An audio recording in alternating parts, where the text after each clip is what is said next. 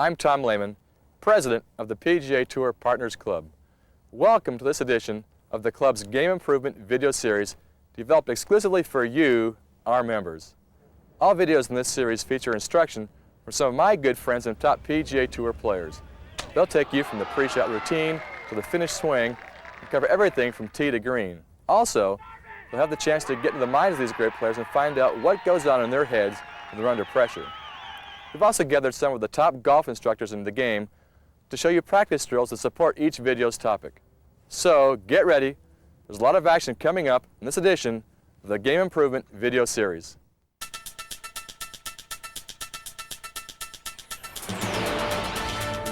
PGA Tour Partners Club presents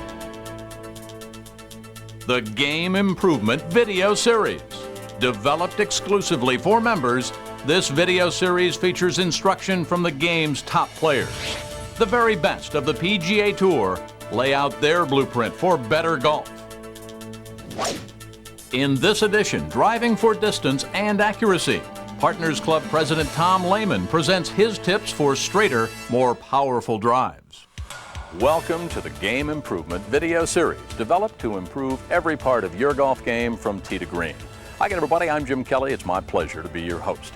In this edition, we're going to start with distance and accuracy with the driver. And we have the very best player that could possibly illustrate both power and accuracy. And I think you'll like our choice, the 1996 PGA Tour Player of the Year and Partners Club President, Tom Lehman.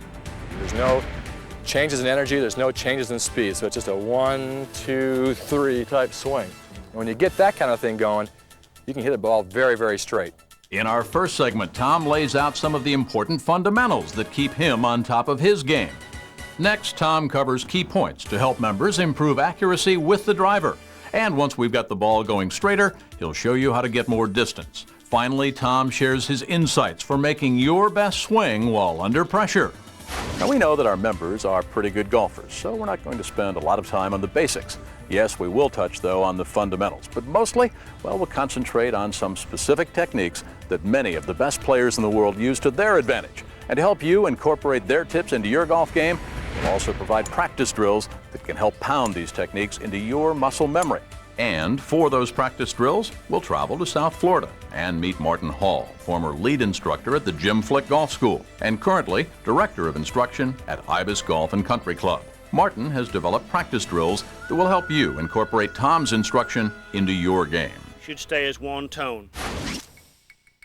But first, let's look at the career of Tom Lehman and the importance driving has played in his ascension to the top of the PGA Tour. Although Tom Lehman turned professional in 1982, it took 12 up and down years before he won his first PGA Tour event, the '94 Memorial Tournament.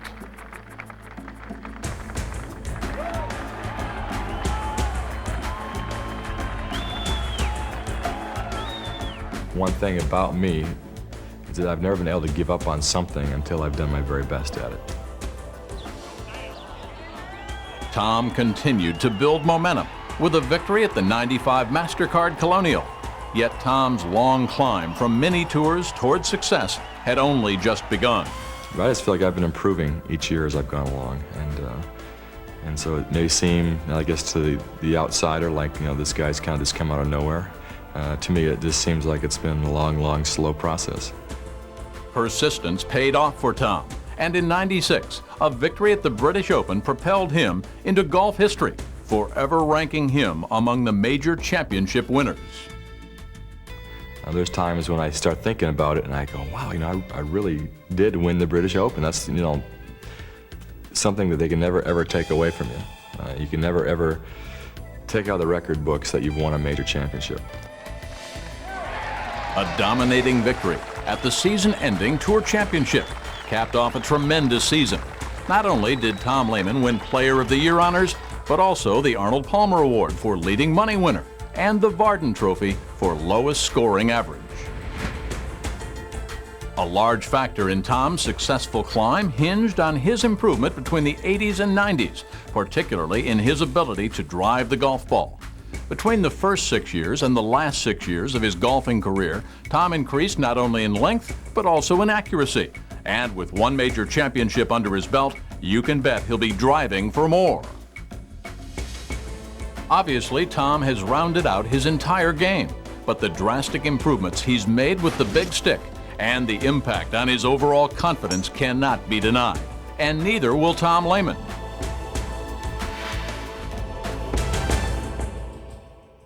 You know, when you hear someone say fundamental instruction, what comes to mind? Grip, stance, ball position, and so forth, and the proper technique for each, right? Well, what might be good basics for you may not be good for another player. So members, let's begin with the fundamentals and clear up any confusion about the grip. If you were standing far away from, say, Arnold Palmer hitting a tee shot, would you recognize him by his swing? Of course you would. And what does that tell us? It tells us that even though there are certain things that must happen in the golf swing to hit the ball well, there's still an element of individual style. It's up to you to determine what it is that I do that can help your game too. But let's start at the beginning with the basics.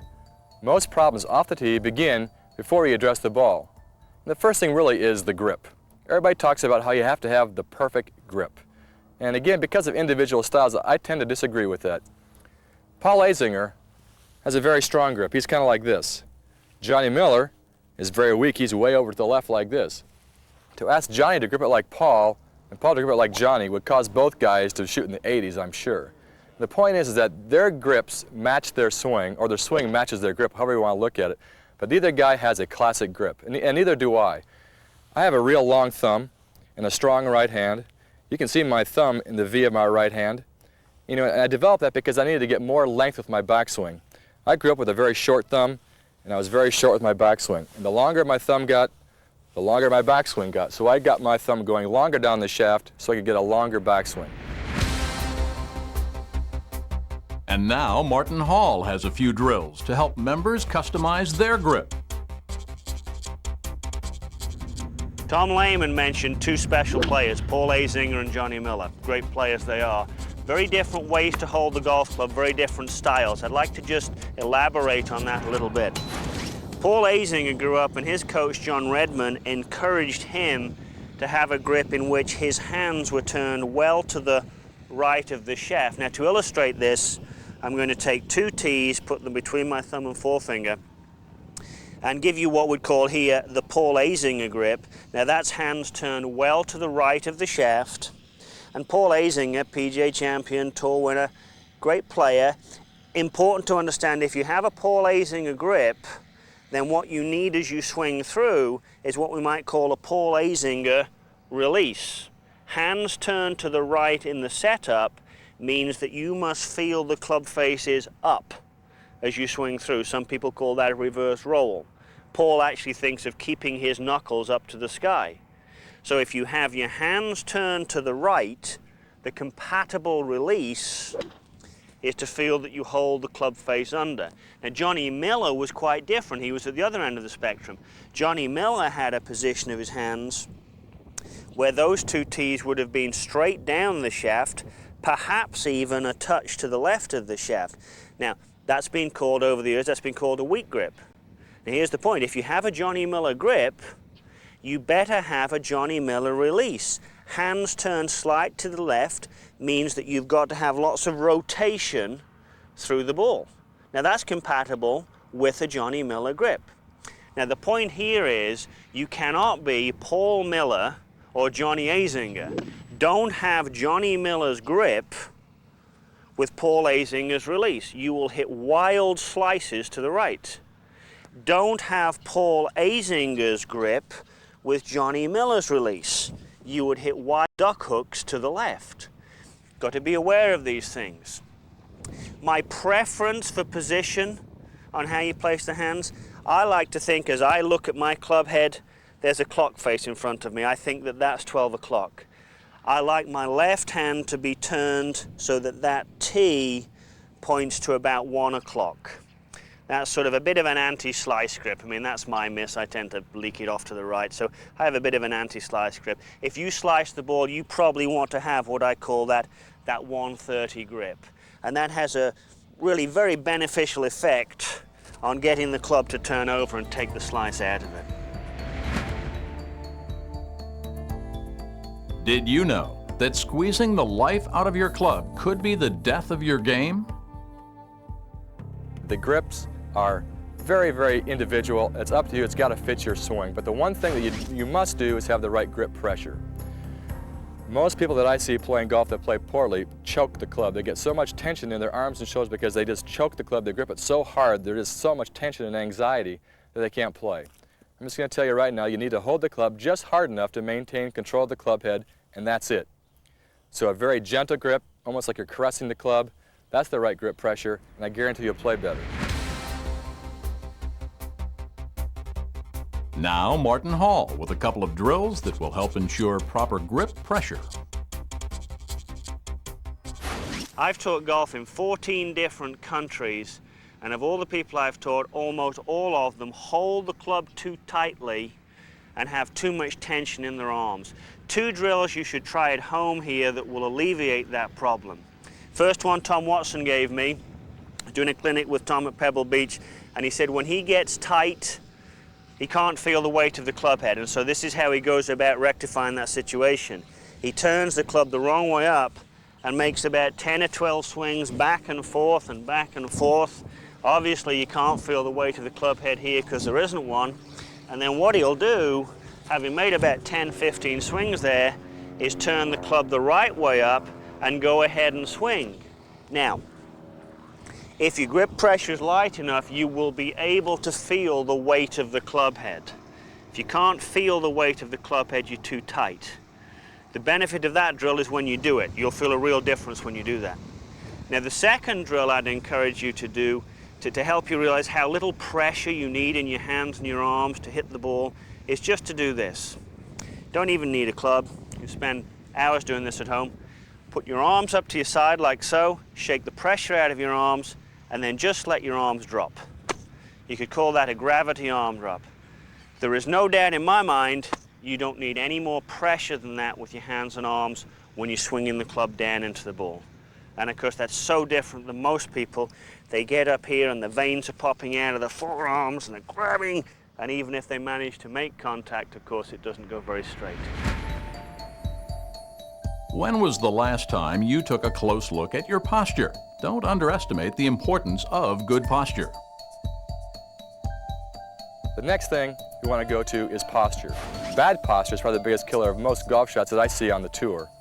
With myself, I know that when I play well, I'm standing very tall at the ball. When I play poorly, I slouch. In order to stand properly at the ball, you want to have your legs tall. Okay, this is bad. Sitting like you're in a chair, that's very bad. It's going to cause bad swings. Again, being stiff-legged is bad also. That's no good either. So you want to find a happy medium, which is just slight flex with the knees. So you're not this way, you're not stiff, you're slightly flexed with the knees. And secondly, the upper body needs to be up. So rather than being slouched this way over the ball, you want to be up. And so your back is straight, your head is up, your shoulders are up, and so you feel like you're standing tall to the ball. And that allows you to have room to swing your shoulders underneath your chin and make a good swing.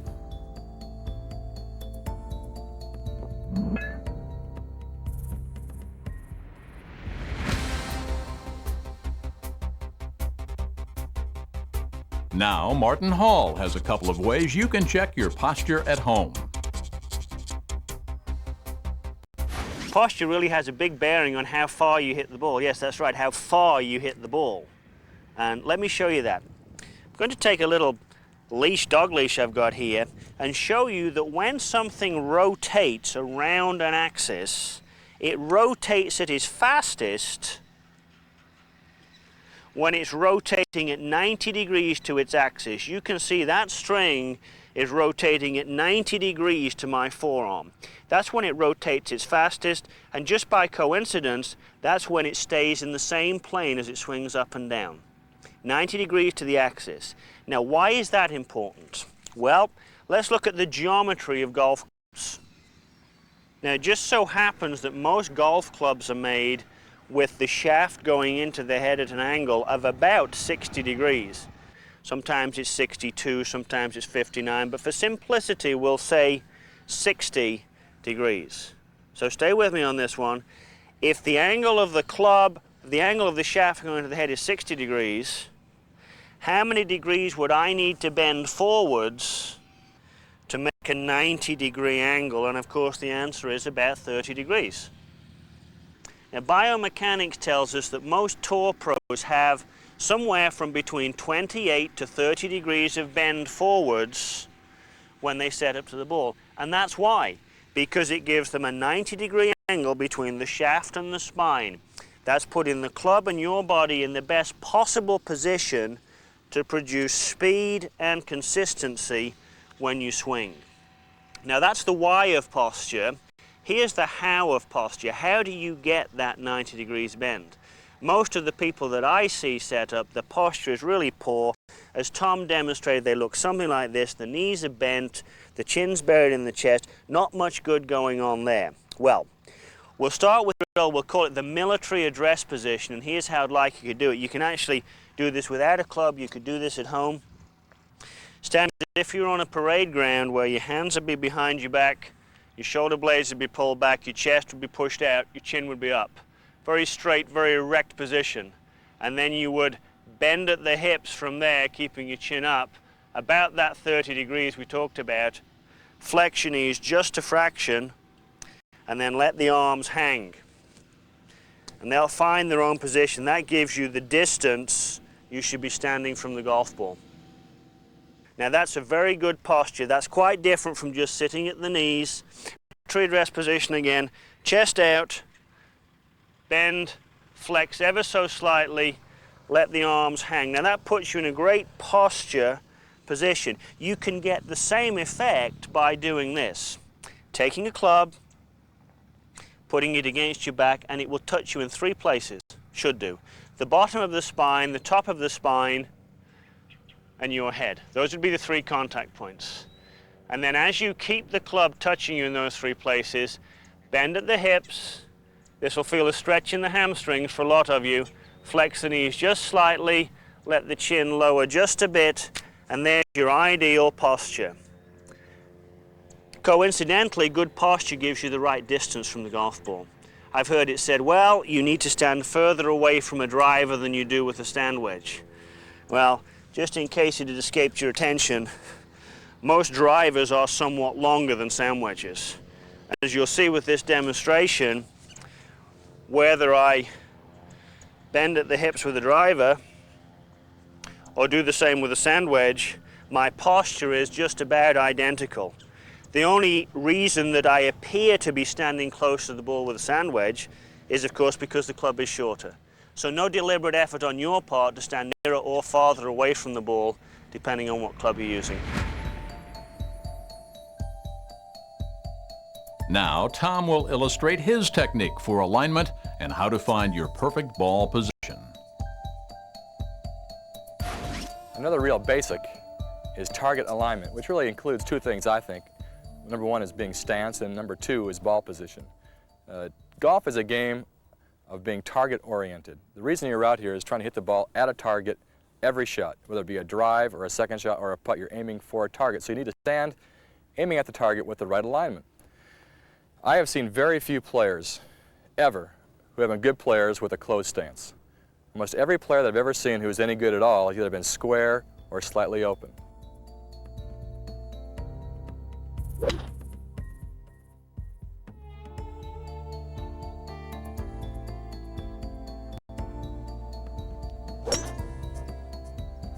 I personally stand open. I set up with my feet and my hips and my shoulders left of the target.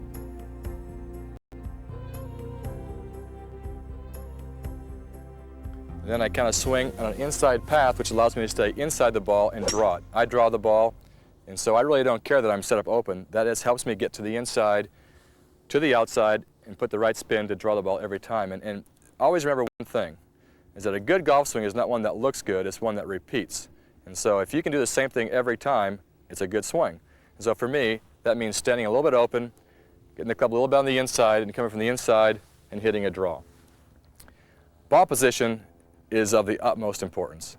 Most tour pros that I see get into real bad problems because their ball position gets out of whack. If the ball gets too far forward in your stance, you have to move forward to get to it. If it gets too far back in your stance, you're getting too steep to get to it. And both cause bad shots. And so you need to find a spot in your swing where the path of your swing is flat.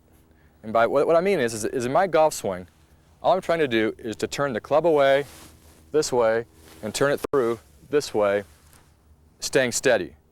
And if I can do that without swaying off the ball or moving forward, I just want to put the ball at the point in my swing where the swing is flat. And that's really about as simple as I can say to you. It's like, if you can just make 2 turns without moving off the ball, find the flat spot in your swing, that's where the ball goes. If you try that, I guarantee you'll improve your swing and your scores a lot.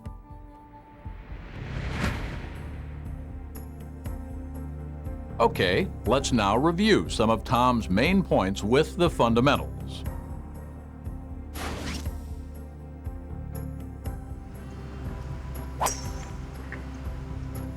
The grips are very, very individual. It's up to you. It's got to fit your swing. But the one thing that you must do is have the right grip pressure. Most people that I see playing golf that play poorly choke the club. They get so much tension in their arms and shoulders because they just choke the club. They grip it so hard, there's just so much tension and anxiety that they can't play. Having made about 10, 15 swings there, is turn the club the right way up and go ahead and swing.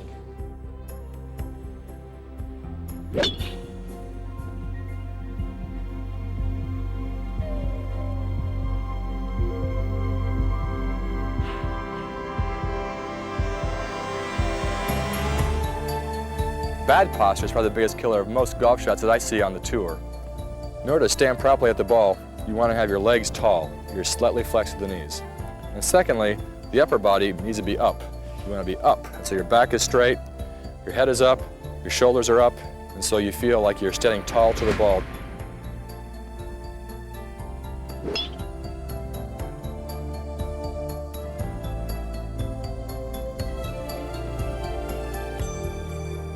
Obviously, one of the goals of this series is to help you lower your score. If you can consistently hit the fairway, it will help you reach that objective. How much better would your score be if you hit it down the middle?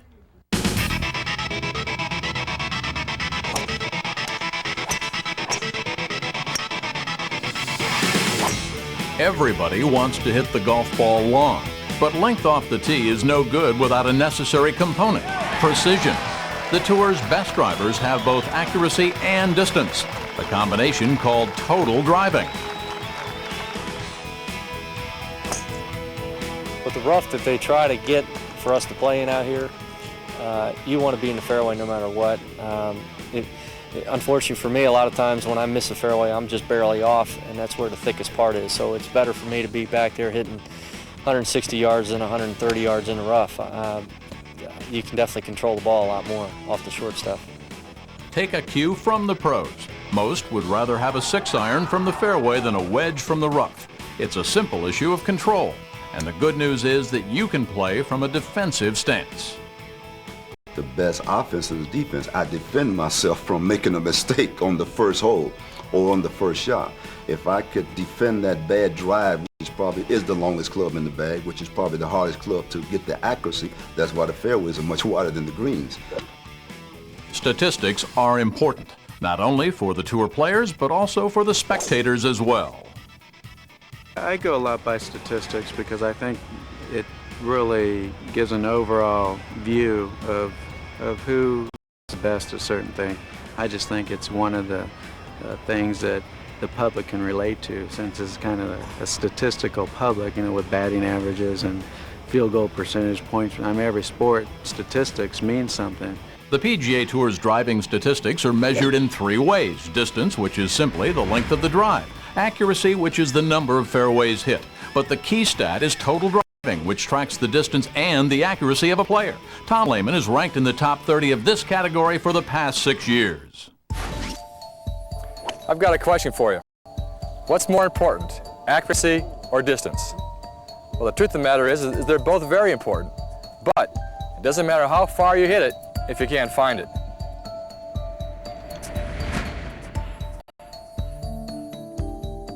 How does Tom Lehman control his drives? Well, it starts with the pre-shot routine.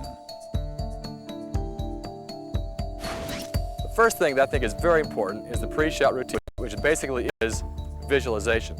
When you see me staying behind a shot, looking down the fairway, I'm visualizing the shot. I'm seeing the shape of the shot, I'm seeing the spin on the shot, I'm seeing how it lands, seeing how it rolls after it lands. I'm seeing the entire shot. And so pre-shot routine is seeing all of that, the spin, how close it goes to the whole 9 yards, and there I hit a good shot. Second thing I really try to emphasize in accuracy and consistency is tempo. And by tempo, I mean not changing speeds of the swing throughout the swing. Very often I catch myself and see other players doing something like taking it back real slow and then speeding up. Or they take it back too fast and then they slow down and they decelerate. Well, both times you've changed the speed of your swing throughout the swing. What you want is a consistent tempo, something that's very rhythmic. 1, 2, 3. It's some kind of thing that gets you feeling like you're just in a real slow, easy, smooth motion. There's no changes in energy, there's no changes in speed. So it's just a 1, 2, 3 type swing. And when you get that kind of thing going, you can hit the ball very, very straight. Again, Martin Hall with a couple of drills to keep your tempo in tune. Tempo. As Tom talked about, it is incredibly important to have good tempo when you play this game if you're going to play consistently. Tempo is the glue that holds all the pieces together. Important to realize in golf, golf is a game of motion, not positions. I've lined up 6, 7, 8, 9 balls in a row, and what I'm going to do to keep a constant rate of acceleration, to keep a constant tempo, a constant beat to the swing, is I'm going to swing back and forth and hit each one of these balls without stopping. So I'll start with the first one. You want to make sure if you do this on the driving range that you don't want too nearby, because the first few times you do this, this is a little tricky. But by the time you get to about ball number 5, when you're doing this, you get some feel of a constant beat, constant tempo as you go through the swing. And then by the time you get to the last ball, that gives you some idea of the rate at which you should swing. Very sort of even paced. That drill, the machine gun drill. You don't need to do it with the driver like I did. You can start with a 7-iron, you can start with 4 balls off a tee, but it really helps put the tempo in there. Effort is the big killer. Effort ruins tempo. So what we'll do here is I'm going to have you whistle. I want a monotone whistle through the whole swing. Something like this. It's one tone. Now, if you're exerting too much effort from the top, you'll have a little warble there. So ideally, if I can do it, ideally, here's what we'd have.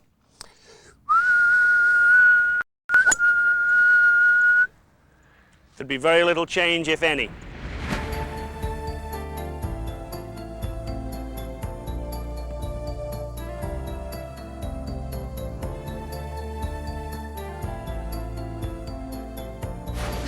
Next thing important, I think, is staying level. And by staying level, I mean that you're not going up and down throughout the shot. Very often I catch players doing things like this, moving down and then up, or going up and then down. Okay, in both situations, you're moving so much that you ruin all your club head speed, you ruin all your balance, and you lose accuracy. So what I try to do is feel like my head stays very steady throughout the swing, so my head stays up, turn around my head, turn around my spine, so I stay very level.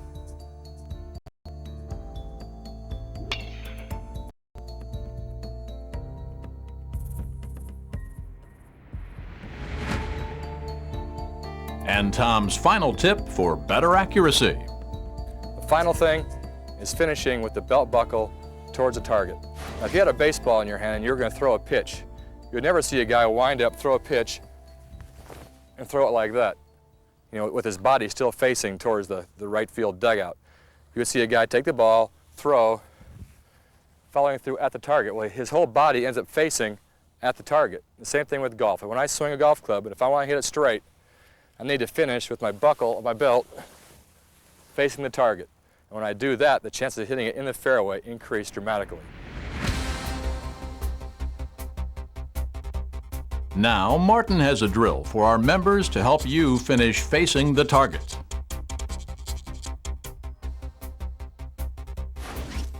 Members, one of the things Tom talked about so importantly was how to turn your belt buckle through to face the target. The A-frame drill consists of having a shaft in the ground, and a piece of string, and you just use it like a pulley. Now, if I set up here, I'll take my posture, bending at the hips that we mentioned earlier, and the backswing would just be a feeling. What the body should feel in the backswing is just as I back with my right arm, my left side turns. Left shoulder gets near to the ball. The forward swing, I would pull back hard with my left side, and that, of course, is where you can see the right hip turn into the shot.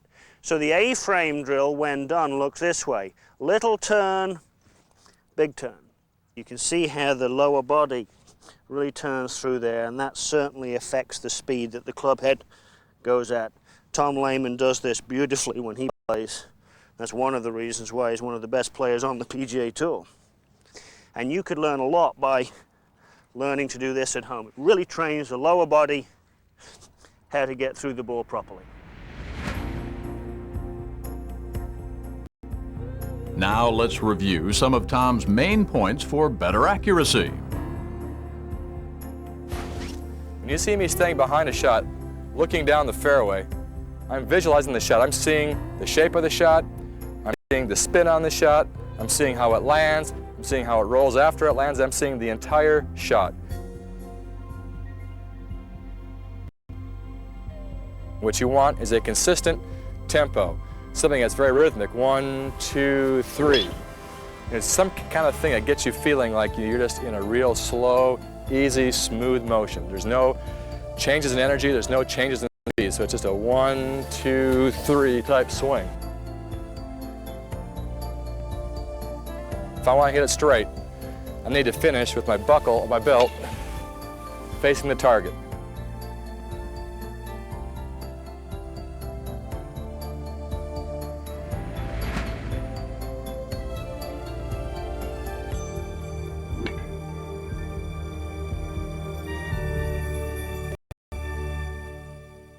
All right, now that we've got the ball going straighter, let's see about making it go farther. Everybody wants more distance, more power, longer drives. What is it about the long ball off the tee that people love so much? What is the fascination about the allure to power?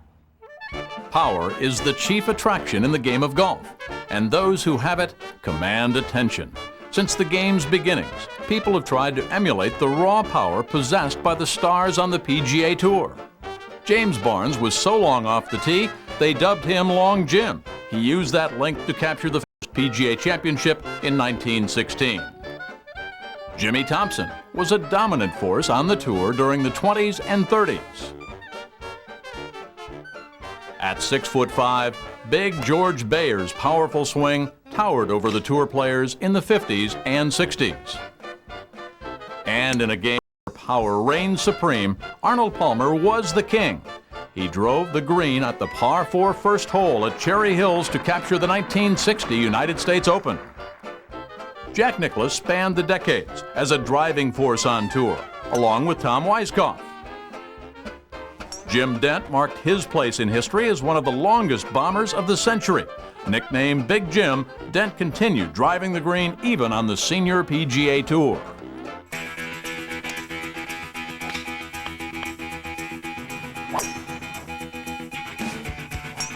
Today's power drivers include the Shark, Greg Norman, and Steve Jones. And of course, they don't call Freddie Couples Boom Boom for nothing.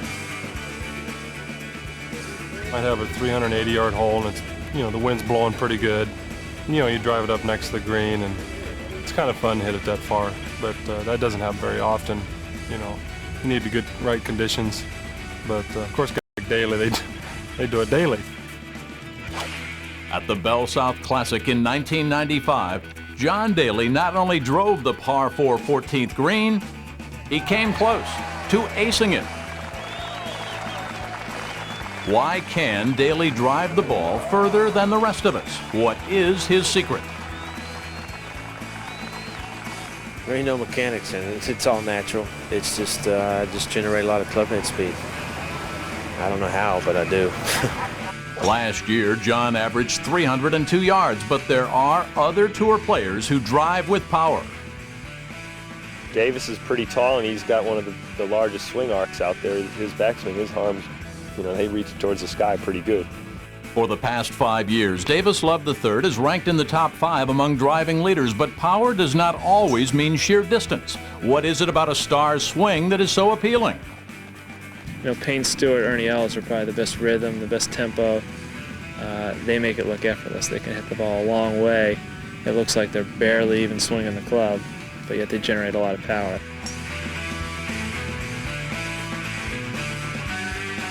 Oh, if you look at someone at Tiger, it looks like he's swinging pretty hard at the ball. He looks like he's trying to assault the golf ball when he hits it.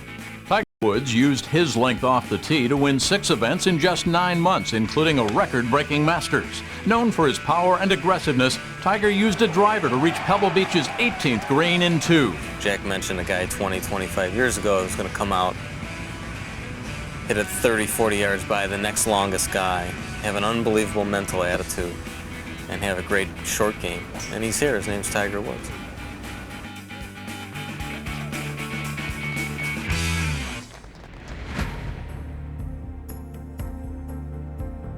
We all want more distance, right?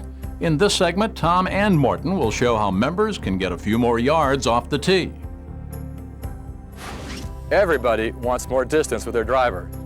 These days, distance seems to be king. Tiger Woods, Ernie Els, Davis Love, Fred Couples. Need I say any more? Well, I'll tell you one thing. Distance comes from club head speed. There's a lot of things that affect your club head speed. The first thing being the arc of your swing. When I talk about arc and club head speed, I'm meaning you got to get a big arc. Not a small arc where you just pick the club up and you're very narrow, but a big, wide arc like this where the club travels a long distance from start to finish. You watch Davis Love hit the ball, you see a huge arc. The bigger your arc, the more club head speed you'll have.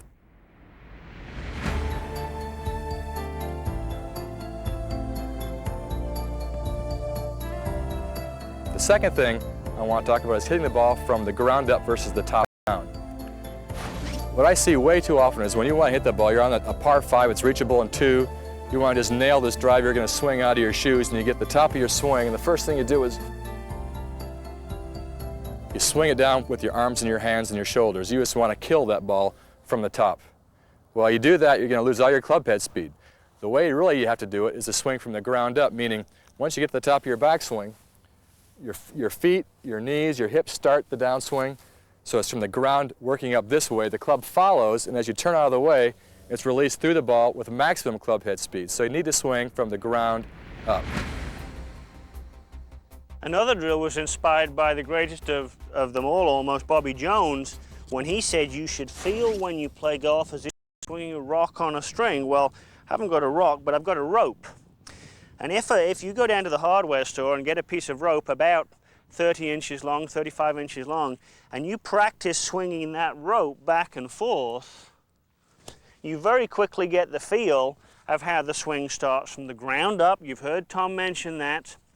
How the tip of the rope or the club head is the last thing to come through, and how the belt buckle, of course, faces the target. Now you can see very clearly with the rope, the rate at which you unwind will influence the speed at which the rope goes. I've had a lot of really good players tell me when they play their best, they feel as if they're swinging a rope. Worth trying at home, it'll help your game.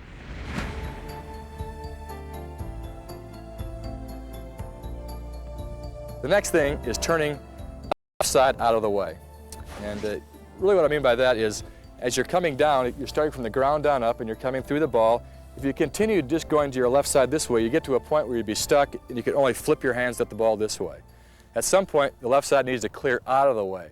And so as you start your swing from the ground up, you get to a point where now you're at this position, you just need to let the club get to the ball and the left side goes out of the way. And as the left side goes out of the way, it creates kind of a whiplash effect.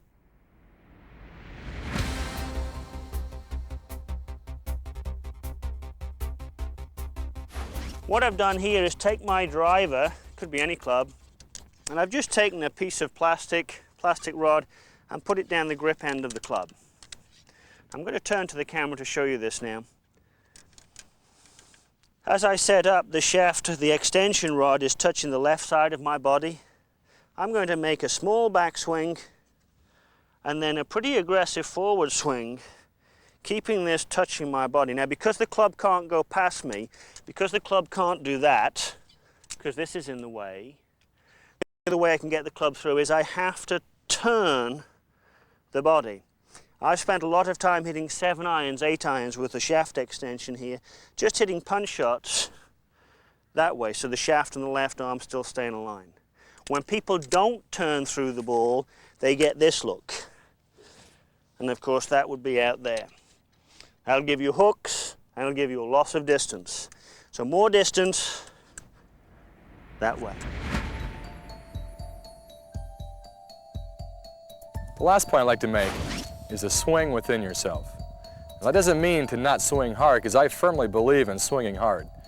What it means, though, is that you don't swing so hard that you lose your balance, you lose your rhythm, and you lose your whole sense of timing. You need to swing within yourself hard enough so that you can hit it a long ways, but within enough balance so that you're not out of control.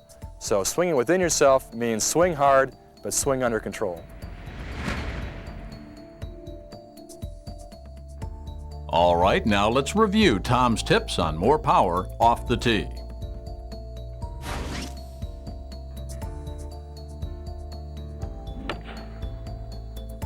Distance comes from club head speed.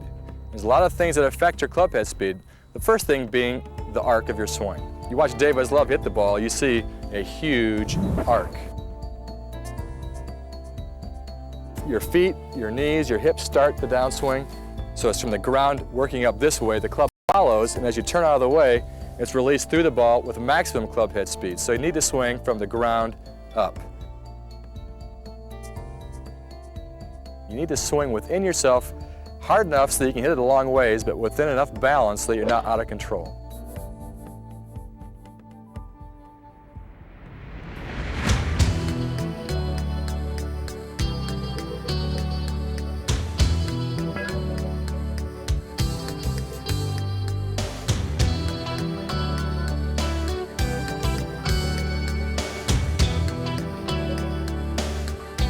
And in our final segment, Tom Lehman lays out his strategies to keep the wheels from falling off.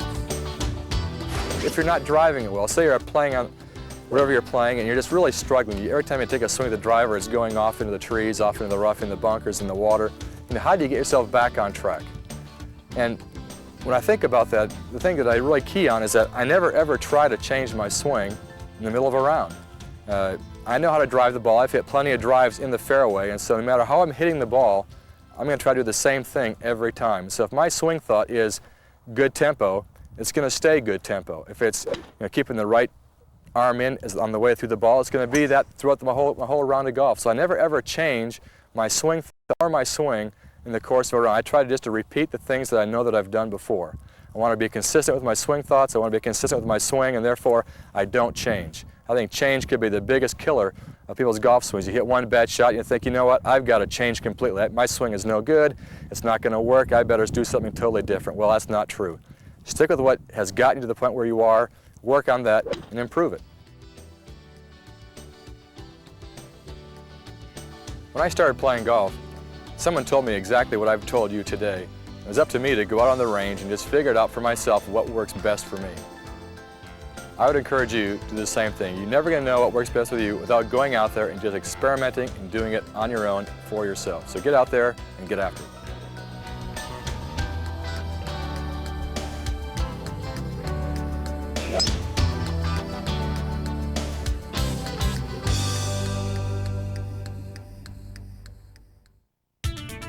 Well, that about does it for this edition of the PGA Tour Partners Club Game Improvement video series. Now admit it, if you go out and work on these drills just once a week and play 18 holes once a week, you will lower your score.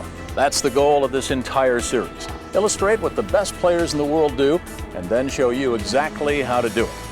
Now, excuse me while I go out and work on my driving.